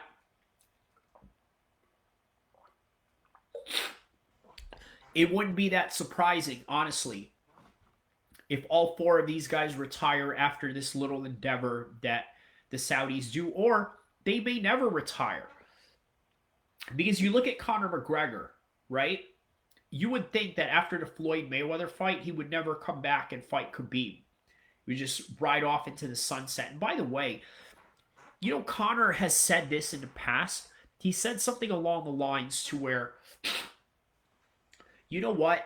I'm going to ride off into the sunset when I'm done with this fight game and I have money to house everybody in my family or this and that. He never did that. His whole goal was, I'm going to get in, get the cheese, and get out. Okay, so he got in, he got the cheese, and then he never got out. That's the reality of Conor McGregor. What switched on him that made him not want to like stay in his mansion and do all these things? And by the way, check out the Netflix trailer that they have of him. They have his Netflix show coming out on May 17th. Okay, so that's going to be, yeah, pretty awesome to check out. But nonetheless, something switched on Conor. What was it? So here's what switched on Conor was that he realized what every bad man out there understands about themselves is that they still have something to prove inside them, right? And I think that's what makes them who they are from the very beginning. So in regards to this Saudi skills challenge with all these four fighters getting 40 million each of some sort, is that going to get them away from boxing permanently? I don't think so. Some guys are just wired for competition. Some guys just want to constantly prove that they are the best. Or it may shorten their career to where maybe after this you're going to have one or two more fights in the scenarios that I had just mentioned to you. But you never know. But that's why in the MMA side of things, that's the reason why Dana White has structured the company, the ethos of mixed martial arts in the way that they've always had it, right? In the very beginning, you ask anybody who competed in MMA during, let's say, the early 2000s, okay? We don't have to go back all the way to the 90s because I think that at some point during the 90s, a lot of people didn't really know that they were doing mixed martial arts because back then they called it no holds barred fighting or no holds barred, NHB. right? And then obviously they called it Ultimate Fighting, but then obviously Ultimate Fighting Championship is the organization and not the sport. And then they renamed it Mixed Martial Arts under what was it, John McCarthy, because John McCarthy was a former LAPD officer, right? One of the first referees for the UFC fights. And if you remember when he was in the Royce Gracie fights, yeah, he was one of the early referees at that time. So he was asked by a commission when they were filling out in a form, like, what is it that you guys do, right? Because they were trying to legitimize it to a boxing commission or an athletic commission. So he coined the term mixed martial arts. They're like, well, okay, this is a martial arts that we do, but what kind of martial arts is it? Okay, let's call it mixed martial arts. And he was one of the first original guys to term that phrase. Well, the reason why I'm bringing that up is because back in those days, in all honesty, right, a lot of the guys back then, they didn't fight for glory or money. I mean, glory, I'll say glory. I think they fought for glory, but not in the glory in the sense of sporting glory where, oh, I just won the Super Bowl or I won the Premier League or anything like that. MMA back then was not like that. There were guys back then that fought literally just for the glory of the sport and in terms of just to say that, hey, I do this really dangerous sport and no one else is doing it, right? Kind of like BMXers, skateboarders, all these guys that do extreme sports and all that. All these guys do that not for the money or not for the fame or the championship glory in what you would get in, let's say, the Premier League or the NBA Finals or the Stanley Cup in the NHL or anything like that. What you're literally getting out of being a professional mixed martial arts fighter back then was the glory of the fact that you are this mythical bad man of a person.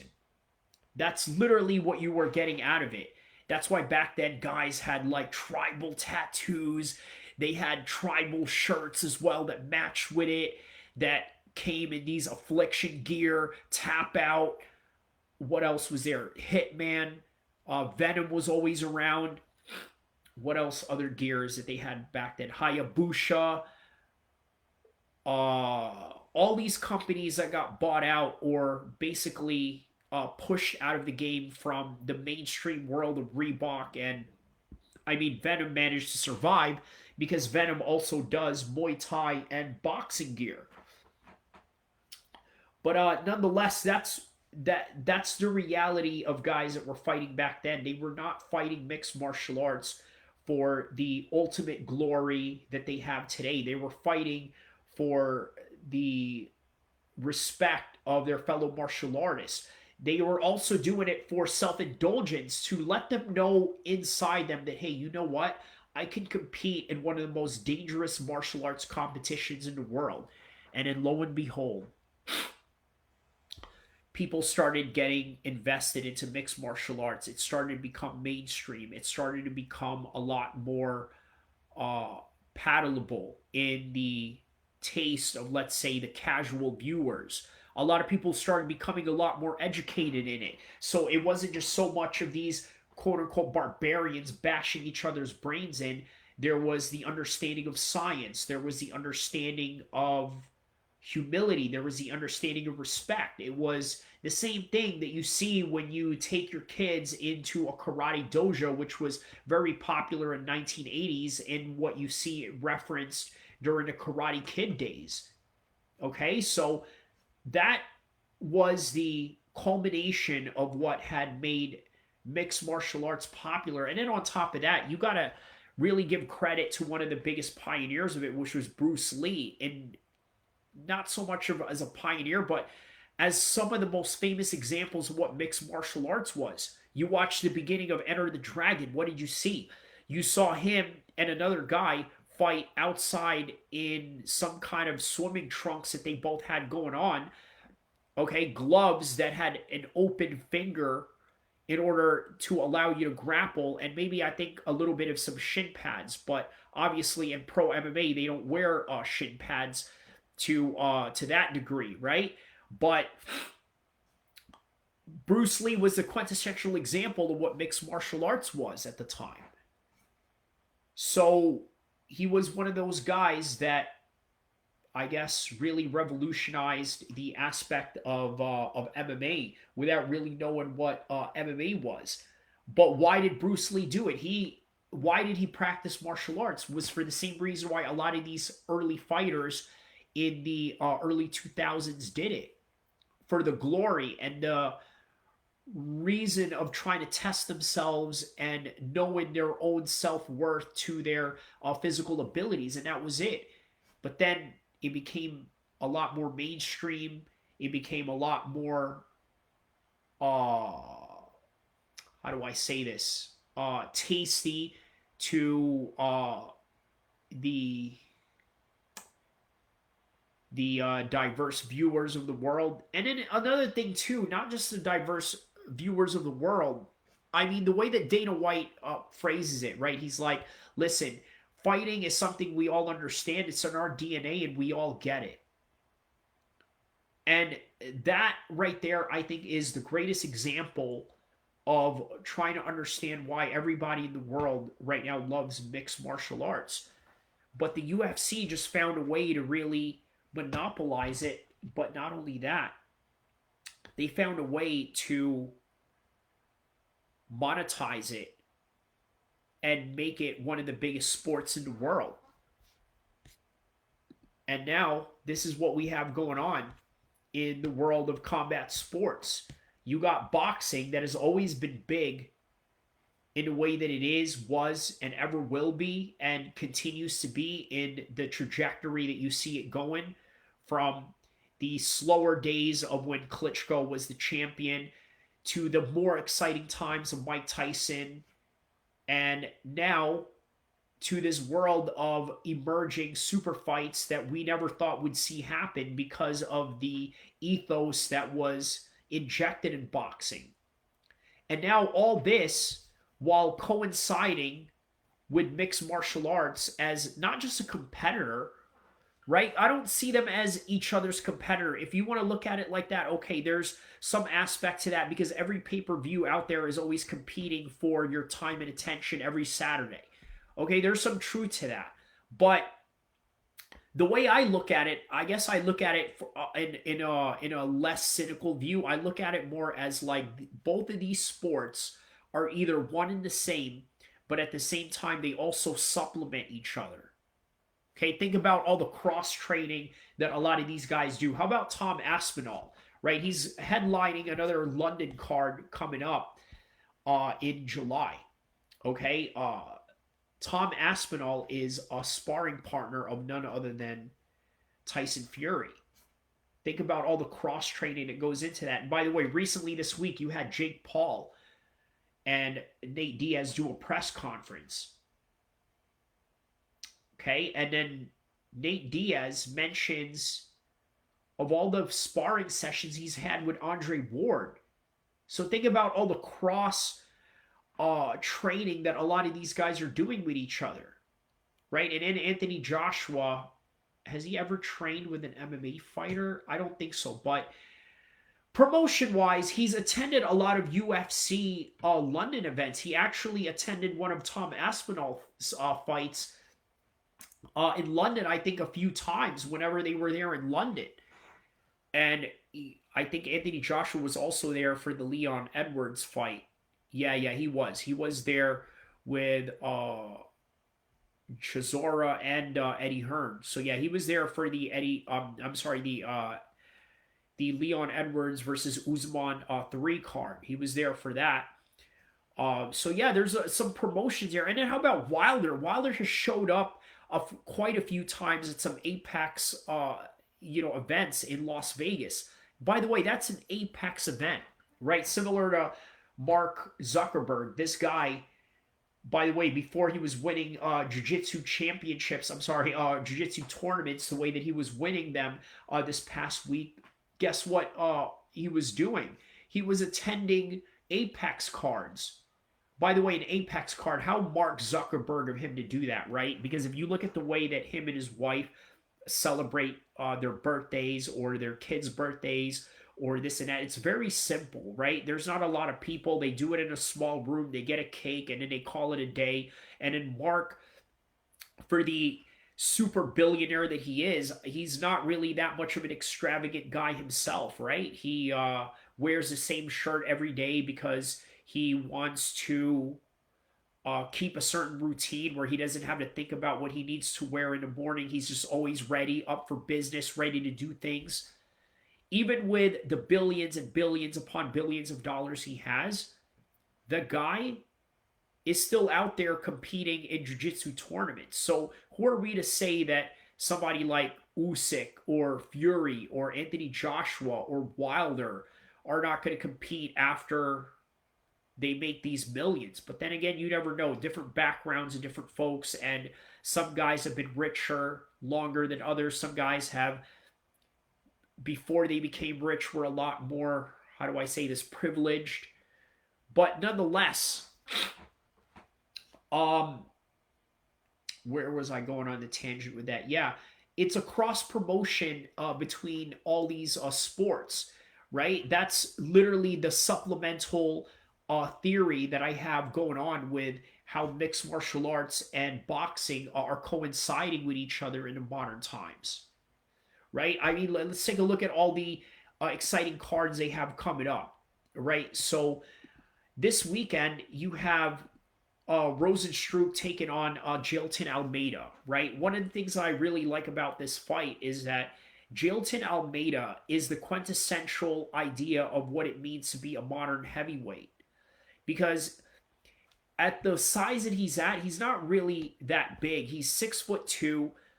He's listed as 205 pounds in this stat that they have, but in the last time that he fought heavyweight, he weighed in at 225 against Rosenstruck, who is a pure heavyweight, 6'2", 6'3", 240.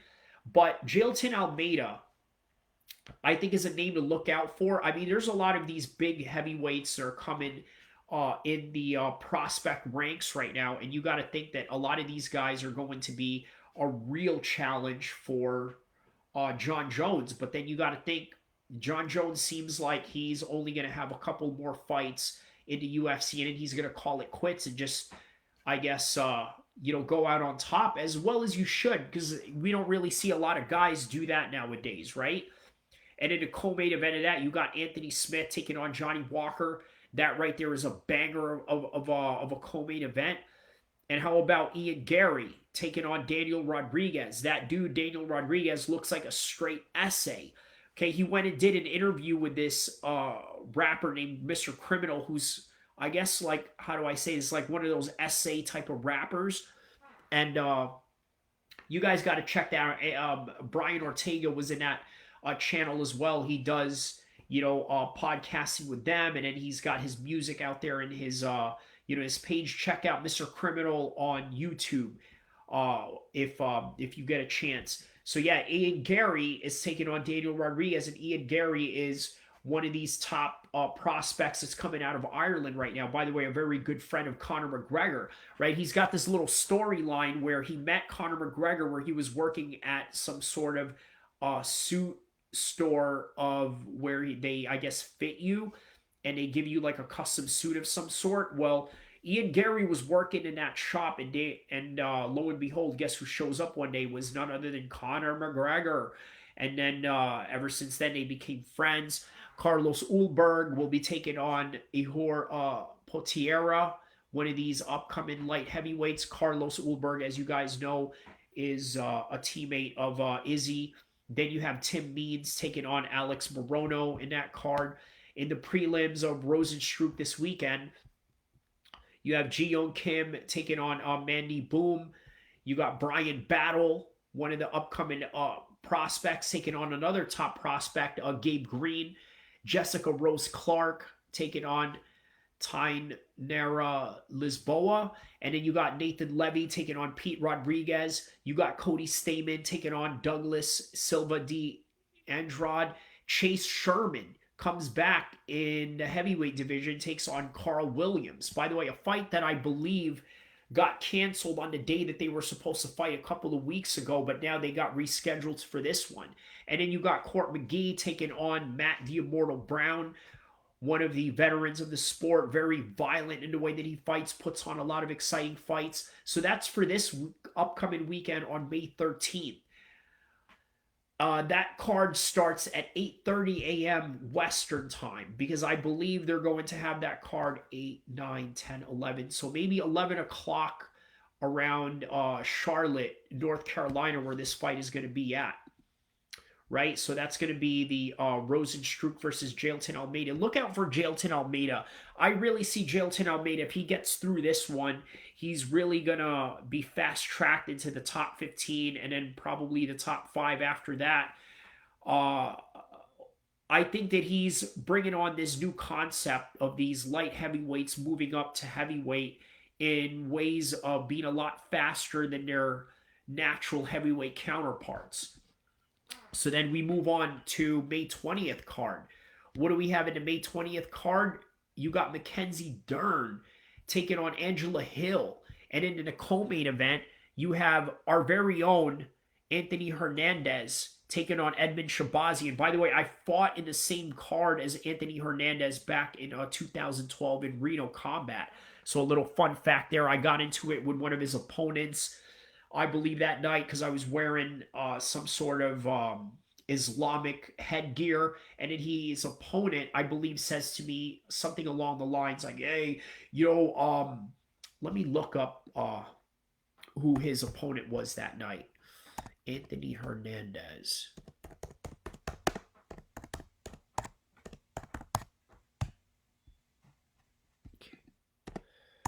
Amateur.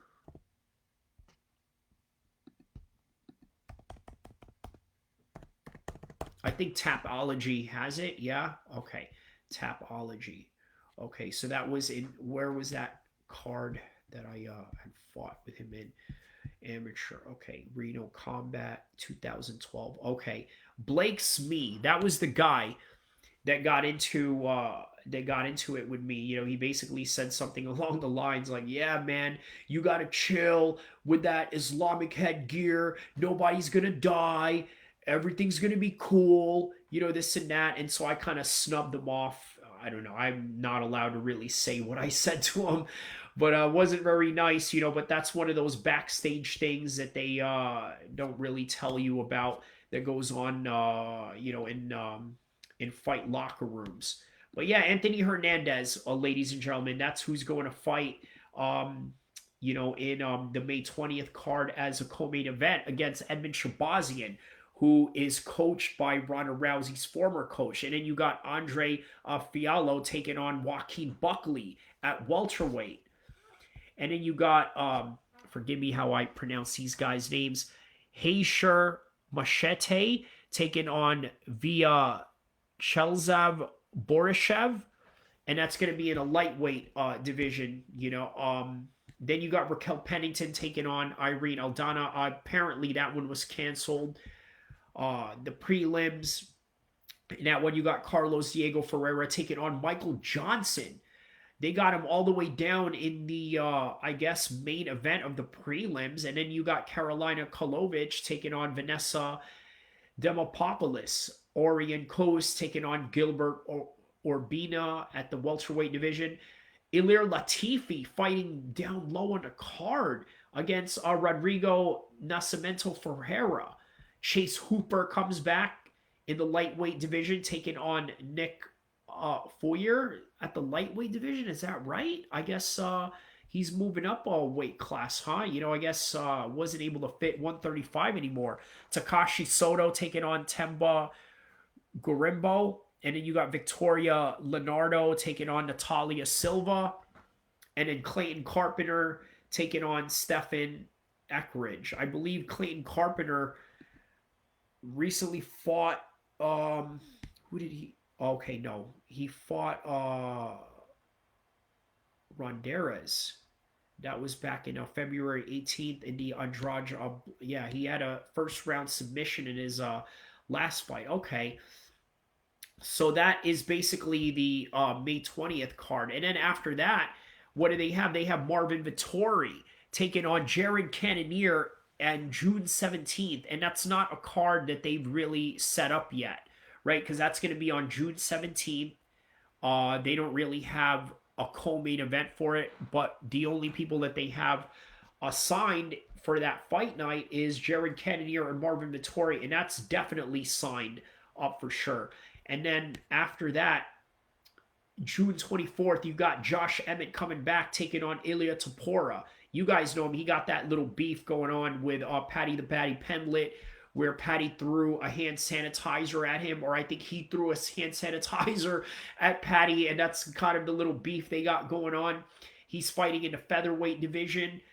Is in a hot streak right now, 26 years old. Now they got him taking on Josh Emmett right after Josh Emmett had lost his interim 145 championship. And then Amanda Ribas in the co-main event taking on Macy Barber, Brendan Allen taking on Bruno Silva. You got Randy Brown taking on Wellington Thurman, Neil Magny taking on Philip Rowe. That's a really good matchup right there. Two tall, lanky guys with the same reach. I think Philip Rowe got a little bit taller, a little bit of a taller reach with 80.5, with just a .5 advantage. They both have an 80-inch reach with that. Gabriel Santos taking on David Onama. Austin Lane taking on Justin Tafa in the heavyweight division. Tabitha Ritchie taking on Gillian Robertson. Mattis Rebecki taking on Loic Raboskov. Soriano taking on Dumas in the middleweight division.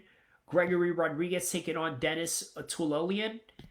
And then Tatsuro Taira taking on Cledson Rodriguez. And that is for the June 24th card. And then in the July 1st, there's really nothing on there other than Sean Strickland and Abus Magomedov. Abus Magomedov's 25-4, one draw. You guys know Sean Strickland has been in a lot of interesting fights, has got knocked out by Alex Pereira, had a lackluster decision loss against Jared Cannonier, and now comes back and takes on Abus Magomedov. That's going to be interesting to see how they match up against each other. Abus seems to be a new guy coming up, both 32 years old, both, Sean Strickland a little bit shorter, 6'2", 78-inch reach on Magomedov. And then at UFC 290, which is what you have right up top right here, you have Alexander Volkanovski taking on Yair Rodriguez, Brendan Moreno taking on Alexander Pantoja. And then on the screen, you obviously see all the different fights that they have here. Bo Nickel taking on Gore.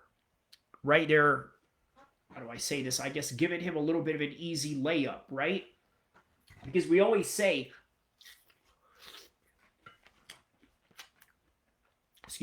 we always say that in MMA or in the UFC, there's no easy fights.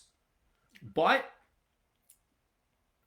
you'd beg to differ when you look at Patty the Batty Pemlet, right? I mean, it's not to say that he's always had easy fights for his level of competition or level of efficiency that he's at right now, but he's not fighting the best 155ers in the world right now. I mean, for the type of name that Patty has, at the bare minimum, he should be fighting guys like Beneil Dariush. Now, the skills and the rankings don't match that, but just imagine if you gave Beneil Dariush an opportunity against Patty the Batty right now, right? Because let's think of it like this, right?